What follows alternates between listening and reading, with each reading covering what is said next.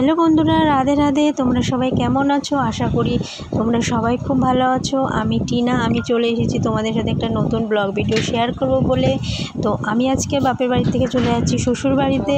তো আমার গোপু সোনাকে ছেড়ে চলে যাচ্ছি, তো মনটা খুব খারাপ লাগছে। এটা হচ্ছে আমার মায়ের ঠাকুর ঘর।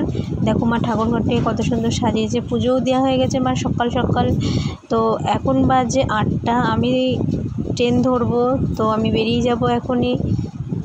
গোপু সোনা, গোপু সোনা, ও গোপু সোনা, গোপু সোনা, আমি চলে যাচ্ছি তো গোপু সোনা, আমার গোপুতা, আমার স্বর্ণ গোপুতা, আমার মিষ্টি গোপুতা। আমি গোপুকে অনেকক্ষণ আদর টাদর করে এখন আমি বেরিয়ে গেছি। তো মা বললো যে রাস্তাতেই টোটো পেয়ে যাবি। তো এখনও তো কোনো টোটোর কোনো সন্ধানই পাচ্ছি না।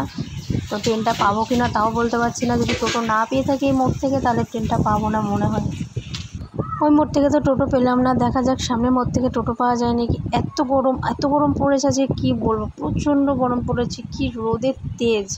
তো আমি অবশেষে টোটো পেয়ে গেছি, টোটোতে উঠে পড়েছি। তো দেখতে পাচ্ছ আমি রানাঘাট স্টেশনে চলে এসেছি, টিকিট কেটে নিয়েছি। নিয়ে এখন লেডিস কামরার দিকে যাই, ওখান থেকে ওয়েট করি।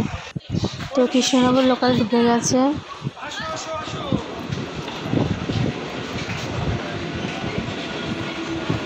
তো ট্রেনে উঠে সিটও পেয়ে গেছি, বসে পড়েছি, ট্রেনটা ছেড়ে দিয়েছে।